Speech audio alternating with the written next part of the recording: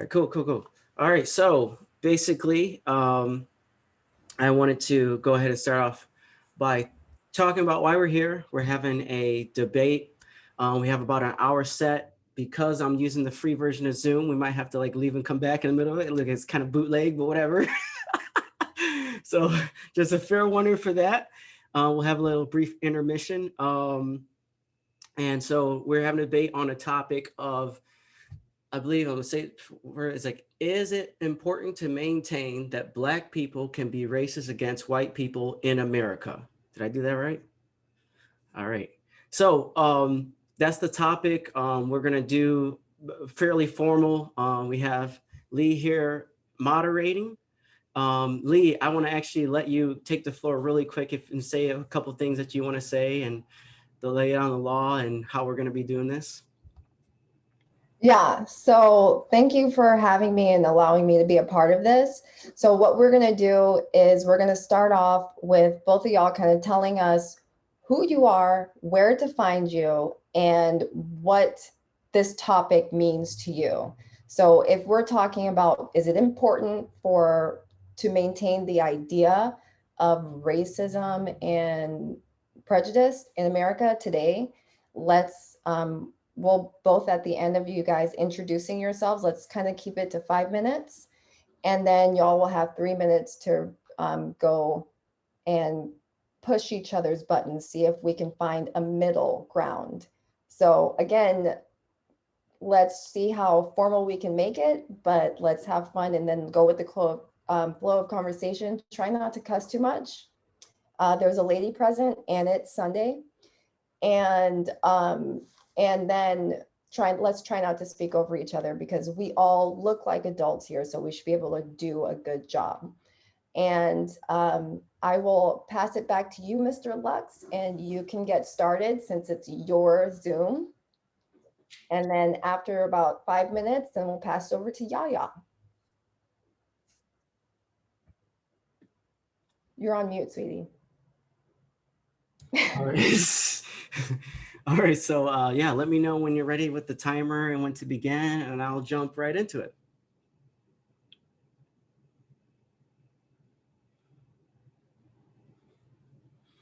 I'm ready. Go ahead. Sorry. All right. So first, in the question of is it important to maintain if that black people can be racist against white people in America, there's 4 points that I kind of want to drive towards in this. One is the credibility of the cause against racism. Focusing on individual racism is of crucial importance because it's the root of systemic racism. I believe that you cannot have systemic racism without actual individual racism. It's important to at least behave like you want to get to the root cause, because there's many cynical skeptics out there who believe, and in some cases rightfully so, that some who cry racism wouldn't know what to do with themselves if they were no longer a victim of it because they have a martyrdom complex and it's the cornerstone of their virtue. Another thing is important for the credibility is that if what we're looking for is to have more Black voices, is to have more Black representation, to move the scales of justice and power towards Black people, then aren't we striving for a situation where Black people could in fact be systemically racist? And there's an important connection to the power when considering vices, and I consider racism a vice, but not exclusive to race-related vices. Power corrupts, and absolute power corrupts absolutely, melanin notwithstanding. Another important factor is the competency of its leaders. So the people who are leading this movement, it's important to be competent at what you're doing. So a person who's truly a master at spotting racism can spot it for more than just one race. A person who's truly a master at identifying instances of oppression can identify even when race is not a factor. A person who has sacrificed both eyes at the altar of their sacred narrative can not only see what is immediately grasped, or perhaps what their propaganda tells them is there. And really, that's kind of like, do we want the blind leading the blind into a ditch? And last on the competency of its leaders, one of the most effective people I've seen in ending racism was Daryl Davis, the guy who deconverted 200 KKK members. And he did so with empathy. And the idea of I could never be like you, to me, is the exact opposite of empathy. Additionally, there's a psychological impact on ignoring progress. And what I mean is that times have changed. Things are not as bad as they were in the 60s and even before that. And this progress that we've made should be projected in the future along with the acknowledgement of said progress. Progress without acknowledgement leads to thinking that nothing is ever good enough, which leads to anxiety and depression. Black people can't be racist also leaves out the progress that we have made and focuses only what we have yet to achieve. Even if Black people can't be racist against white people in America today, isn't it important to remember that we are closer to that than we used to be? Uh, One key point is Barack Obama. Was he chosen for his skin color or content of his character? If it's because of his skin, doesn't that show that the left is willing to use skin color to pander to the political party and pay the cost of having that highest seats in order to buy the Black vote, which is unfortunate, but a type of progress. But if it's because of his character, doesn't that mean that MLK's dream was realized? Isn't that something to maintain and even celebrate? And isn't it great that we have come so far and yet to have replaced our old oppressors is part of progress. And the last part is the odiousness of hypocrisy.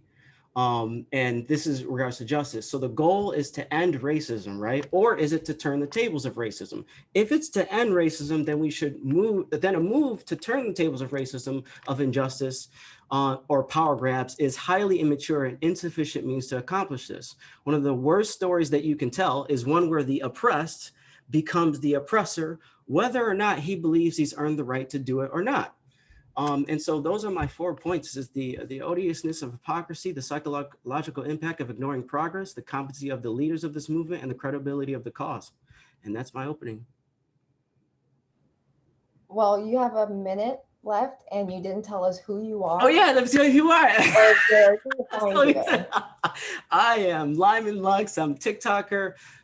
Trying to build up this YouTube with content, long form content, because I do like the more long form content, and TikTok is not necessarily conducive to these type of discussions. And so that's why I want to build this here. You can find me at Lyman Lux, LIMENLUX, on YouTube and on TikTok. Those are my primary things. And I talk about other things besides race, like religion, philosophy, psychology. And that's the stuff I really like. But this was cool Comedy. too. Mm-hmm. Okay, thank you for that. And finally, and Mr. Yahya, that's tell us who you are and where to find you, and how do you feel about this topic today? Gladly. Okay, so my name is Yahya. I'm on TikTok, Instagram, YouTube at The Life of Yahya. That's YAHYA. It's a little tricky to spell sometimes. And I think the reason that this issue is so personal to me is not only because I see racism present, but not just at the individual level, but also at a wider, more societal, systemic level. And I feel like it's important for us to be able to, if our goal really is to uproot and dismantle some of these racist systems that have been present in our society for so long, that we have to really understand what it is we're talking about. So if the question is it important to maintain that Black people can be racist to white people? I would say no, for several important but ultimately simple reasons, right? And my issue is that I feel like making that claim ignores the reality and history of race in America. It also contradicts the consensus amongst modern day experts in sociology, psychology, and anthropology on the definition of racism and also the reality of racism as it's been practiced in America, right? So this is a exceedingly complex issue. So to start simple, I think that it's important that we understand what racism is, right? And there are multiple definitions. People play with different definitions of time, but I think that it's helpful for a conversation like this to start with a definition that's accessible to people.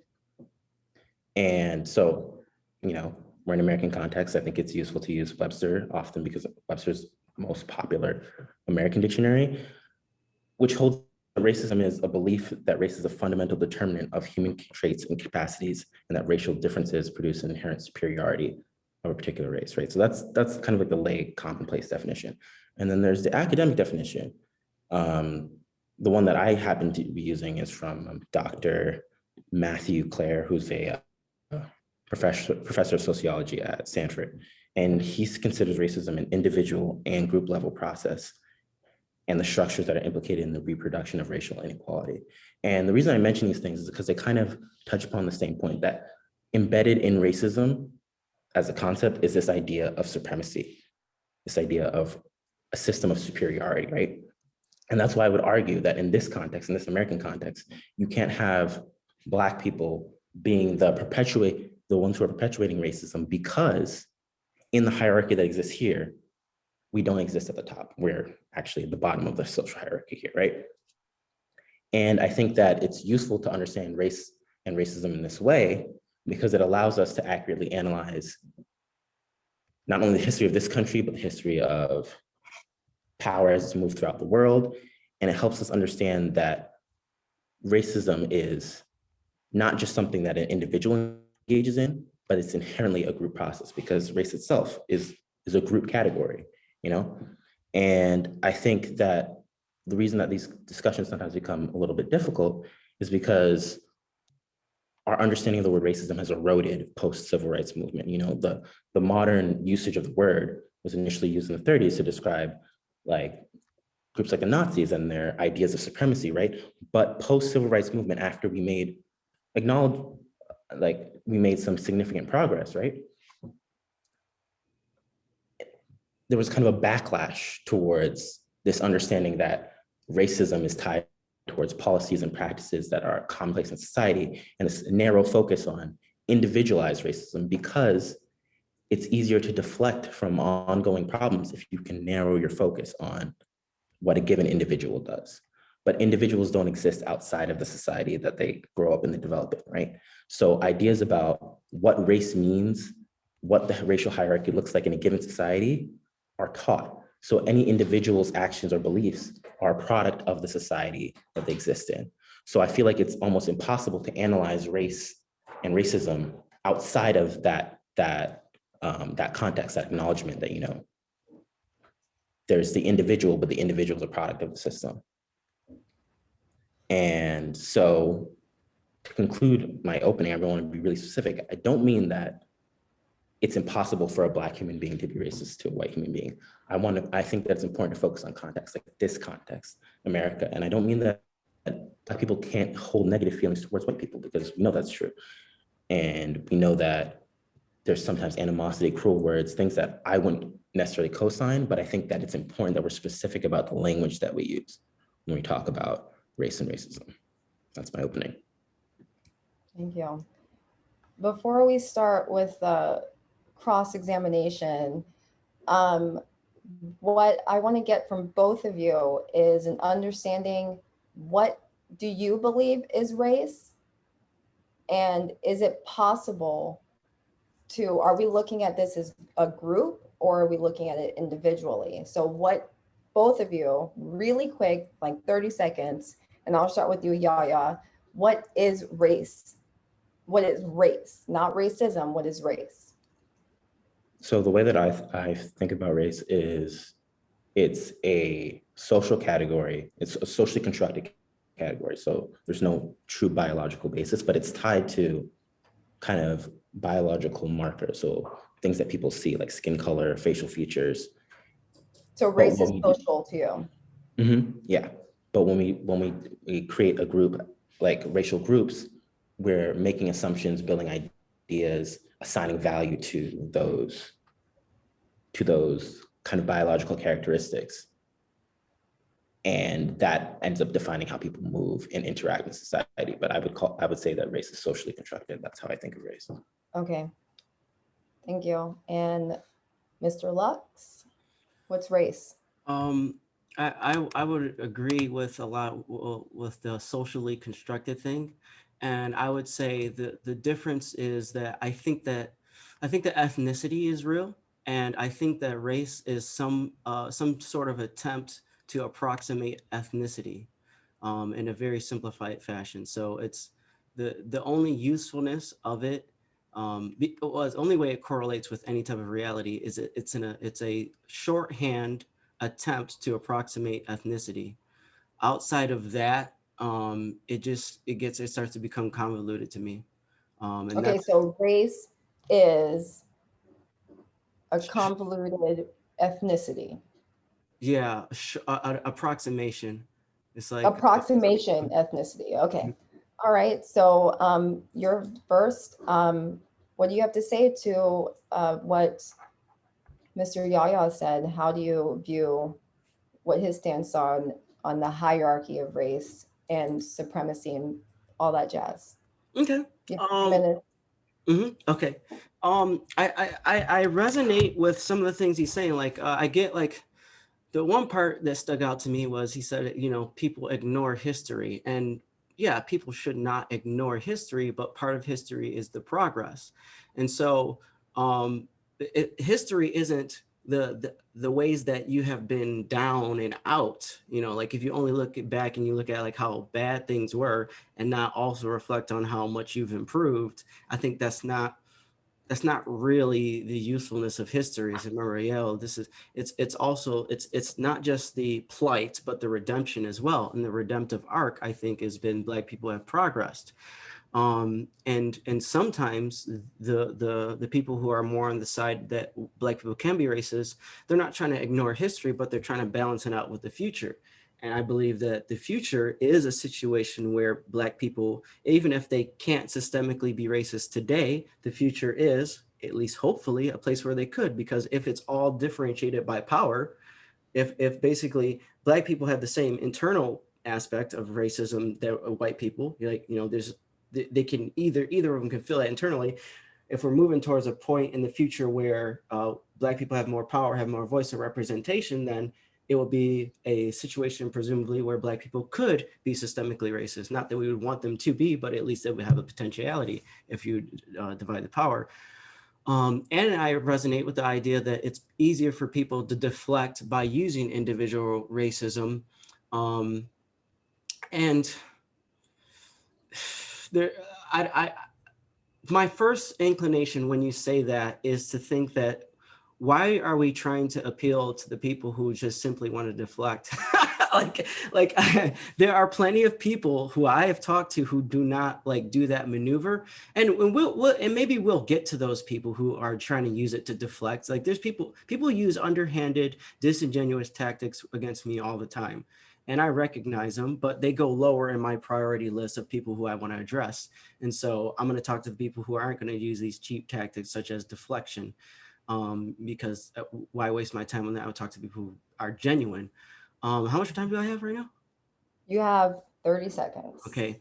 Um, and the last part, I feel like with any individual's belief is a product of society. Uh, the problem that I have with that is that it does seem to be some sort of determinism, where it kind of runs in the face of culpability, to where's the agency of humans to say, I actually chose to believe this, because people do overcome racist ideas, vis-a-vis Daryl Davis and the KKK. But that's it. Okay. Yaya, what say you? Yeah, so I mean, he said a lot. yeah, no, but just reflecting on some of the things that really stuck out to me. I think that some of our concerns are similar, but perhaps like located in different areas. My concern also, when it comes to focusing on the systemic aspect of racism, is also the deflection, the potential deflection of the people that I'm speaking to. I think very often one of the advantages to constructing one's idea of race around individual choices is that you can say, oh, these individuals are problematic, everyone else is fine, right?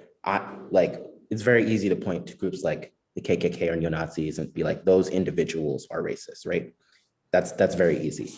However, when we know that like some of the institutions that were commonplace in this society, there were individuals participating in them, but even the individuals who weren't, those who are passive or those who say, for example, I think something people talk about a lot is that like how a minority of white folks owned slaves, right? Back when slavery was an active practice, right? But the practice was normalized, people accepted it, people were comfortable with it, people's attitudes towards it were either pro, and I'm sure there were people who are abolitionists as well. But my concern is that focusing on the individual overlooks the issues that are widespread amongst society, right? I think also it's when I say that like Black people can't be racist, I'm very much thinking in using this definition, right? I don't mean to avoid or deny the culpability of people who behave in ways that are inappropriate on an individual level. That is not the point. And people who are engaging in those ways, I'm not co-signing or supporting their behavior. That's problematic behavior. I think that what it's important to acknowledge is that like acknowledging the reality of the systemic aspect of racism doesn't hamper or undo the noticeable progress that we've made since even the 60s, right? It's possible to acknowledge that we're moving forward as a collective, but there's still obstacles that we face. And not being aware of that my concern is that we will stagnate or we'll move backwards.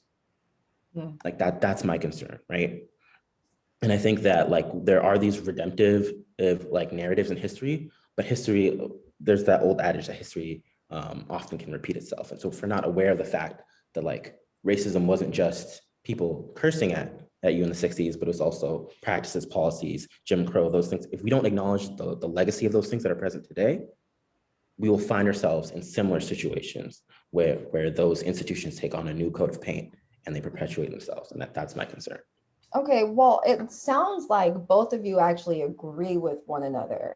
So I want to ask you both, since y'all both have kind of brought, I think, Mr. Daryl Davis, who with empathy changed folks, and you brought up Mr. Claire, something Claire. I just heard Claire, and Yeah, Professor Claire. Yeah. So what I'm going to ask you both is, and I'll start with you, Yahya. If I decided to identify myself as a BLACK person and I shot someone because they happen to be also BLACK, am I racist? And who made me that way? And I asked the same question to you, Lyman Lux. So I think about that. Sorry. Should I go first? Yeah, you have a few seconds, 30 seconds. I'll give you that one. Yeah, I think that depends on the context, but I think that like it Well, depends on the context is I went and I killed a guy because of his skin color. because he And was I Black. identify as the same skin color. I would say that person has internalized racism, and I would call them a racist. Yeah. It's internalized racism as an individual, or is it because the system made me that way? But I think the system teaches individuals, so there's still individual responsibility. That person's a racist and they've killed someone, but the ideology they've adopted isn't something they created themselves. It's So something it's not my fault. Okay, No. Mr. Lux. No, I still think people should be held accountable, but But I'm saying it's the system's fault. It's not my fault. Someone else made me do it. Mr. Lux, your turn. I would say that it is racism, and the person who did it is racist for sure. Oh, it's running out of time. So it'll be done Oh, in, yeah, so it'll be done in 10 minutes. We got a 10-minute warning. And so like basically what we can do, we'll do Well, this. finish up this one since I'm the one throwing it at you. You have 2 seconds to Okay. finish it up. Go ahead. Okay. So yeah, that person is racist. The way that I would handle the internalized thing that I was trying to say is more of, I think that all ideas are borrowed in some form of fashion, and I think it's up to the person to whether they accept it or not. And reflection is a part of that. You have to reflect on where you're coming from, and that's how you fight it. Okay, so whose fault is it? Is it my fault or is it system's fault?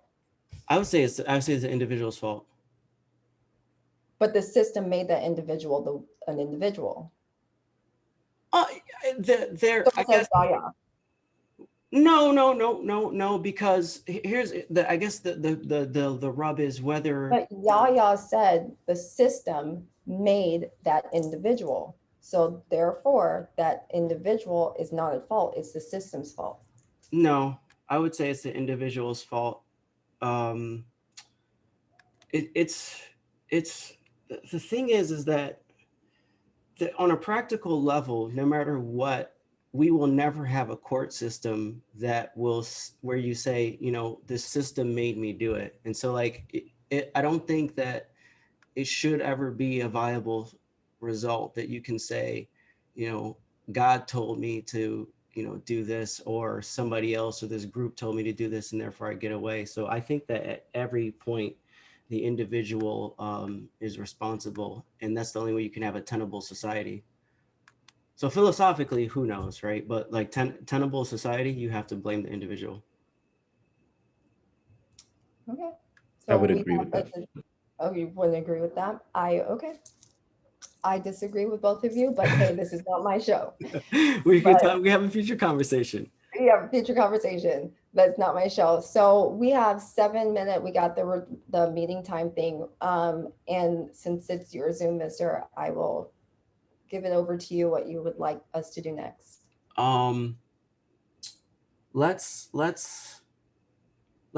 leave and come back on the Okay. Zoom. Okay. Uh, How long do you have to leave for? I don't understand what the free version is because excuse me. conservative who pays for everything, bootstraps, that kind of thing work. Yeah, same So, here. I wasn't yeah. sure. I wasn't sure about the limit. I didn't know that was a Yeah, thing so let until us know real quick. I mean, we all can message each other, but so we'll leave for like a minute and come right back. Yeah, a minute and then come right back. Alrighty, got it. yeah. All right.